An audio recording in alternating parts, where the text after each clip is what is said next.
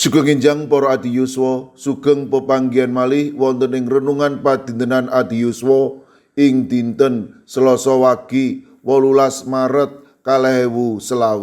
Sumangga dinten punika kita nampi jejer dados berkah, dados berkah.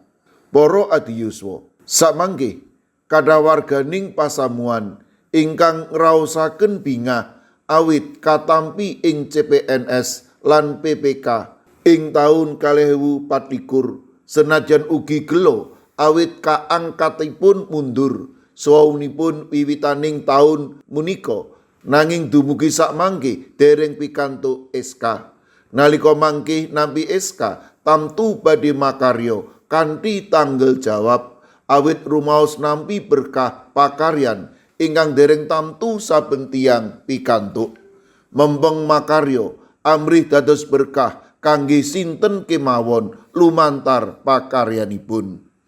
Abraham tinimbalan dening Gusti amrih ngreksa titahipun Gusti. Milanipun Abraham tansah njejekaken raos adil kangge sinten kemawon. Ningali Abraham ingkang setya tuhu, Allah paring pambiyantu nalika Abraham ngawonaken kedor Laumer lan para raja sanesipun. Milanipun Abraham nampi lan dipun ajeni dening Sang Prabu Sodom, Sang Prabu Salem inggih menika Melkisedek. Abraham ugi pikantuk bondo rayahan ingkang saged karampas malih dening Abraham saking Prabu Kedor Laumer. Ewa semanten Abraham nampi bondo punika, nanging Abraham namung mendhet sekedhik kangge tiang-tiang ingkang paring pambiyantu. Bab punika ketingal ing purwaning dumadi 11 ayat 23a.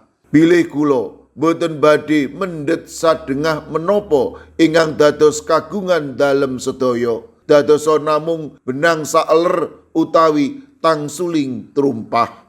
Ketingal sanget Abraham boten ngupadi keuntungan pribadi, nanging nindakaken ayahan amrih numusaken tentrem rahayu kangge liyan. Para adi yuswa, ing minggu prapaskah punika kita kaemutaken bilih kita sedaya tinimbalan nindakaken ayahan saking Gusti. Emut kita sedaya nampi ayahan saking Gusti amrih mujudaken tentrem rahayu. Pitakenan kita, menapa kita sampun gesang ingkang ngremenaken Gusti? Monggo kita mawas diri bilih gesang kita badhe tansah kedah dados berkah kangge sinten kemawon. Amin. Sumangga kita ndedonga. Matur nuwun Gusti, dinten punika paduka paring pepimut amrih kawula dados talanging berkah kangge sinten kemawon ing lampah punika. Kawula ugi masrahaken kaulipun para adi yuswa dalasan anak putu kawula ing pundiya papan. Monggo paduka ingkang reksa, paduka ingkang tansah paring pitulung matemah ing pundiya kemawon para adi yuswa dalasan anak putu kawula tansah rineksa binerkahan dening paduka. Kawula pasrahaken Ibu Esther Hati-hati Tuminto, wilayah 8 GKJ Magelang, ingkang dasa mangke nembe nandhang sakit. Monggo Gusti paduka ingkang reksa, paduka ingkang ngandi, paduka ingkang berkahi. Matemah Ibu Esther Hati-hati Tuminto menika ingkang nampi wetahing kesarasan.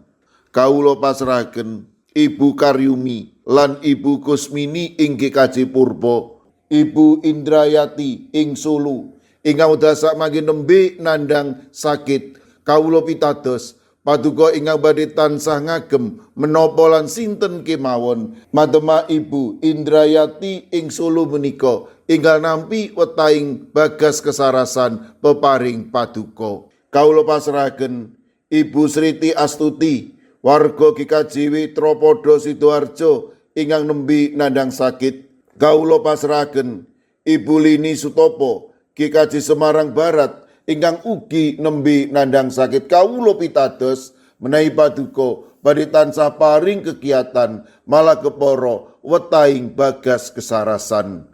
Kawula pasrahaken sawetawis warga GKJ Magelang kawula pasrahaken Ibu Yulita Muryanti Joko, Bapak Budi Sutomo, Bapak Ibu Gatot, Ibu Suwadi, Bapak Mardiono, Ibu Marsudi, Ibu Sri Windardi, lan Ibu Tulat. Kawula pasrahaken sawetawis sedherek kawula ingkang nembe nandhang sakit wonten ing GKJ Tuban, Bapak Yohanes Mudadi. Kawula pasrahaken ugi Ibu Nani Cahyono, Bapak Ibu Karyo, Bapak Ibu Toyo, Ibu Ngatini wonten ing GKJ Trangkil.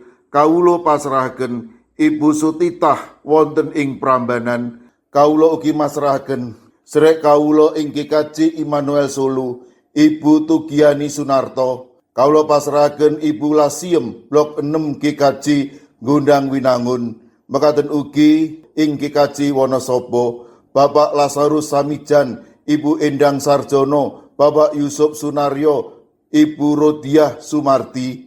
Mekaten ugi Eyang Sarwito wonten ing GKJ Ngalian. Kawula ugi emut kalian Ibu Wahyono Ringinanom ing GKJ Plengkung. Mekaten ugi Ibu Sunarti ing GKJ Salaman. Ing GKJ Prambanan kawula masrahaken Bapak Trianto. Ing GKJ Ungaran kawula masrahaken Ibu Sugito, Bapak Sembiring, Ibu Munarti, Bapak lan Ibu Tugiman, Ibu Surisno. Mekaten ugi kawula pasrahaken Ibu Tati wonten ing GKJ Immanuel Solo, Bapak Jatmiko ing Denpasar, Ibu Warsi ing Kemenjing, Ibu Apri wonten ing Canden. Kawula pasrahaken sedherek kawula ing GKJ Sragen, Bapak Ursito Riyadi, Ibu Sumiati, Bapak Suyanto. Mekaten ugi sedherek kawula Bapak Chandra Deni Saputra ing GKJ Karangdawa. Kawula pasrahaken Ibu Giyanti ing GKJ Gantiwarna. Kawula ugi masrahaken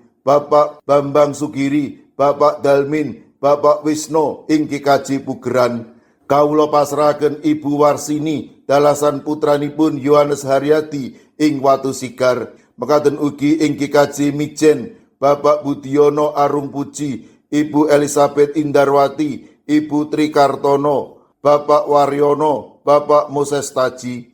Kawula pasrahaken Ibu Sukarni, Ibu Sutarwi, Bapak Daniel Agus ing GKJ Banyumanik. Mekaten ugi ing GKJ Tanon kawula pasrahaken Bapak Suhadi. Kawula pasrahaken sinten kemawon ingkang nembe nandhang sakit lan ing pemulihan kawula pitados paduka badhe saged ngginakaken menapa lan sinten kemawon amri sedherek kawula menika enggal nampi wetahing kesarasan. Sedaya pandonga lan pasambat kawula pasrahaken wonten ing Gusti kawula Yesus Kristus. Amin. Sumangga para ati yuswa kita tutup pepanggihan kita srana ngrepekaken kidung. Sumangga.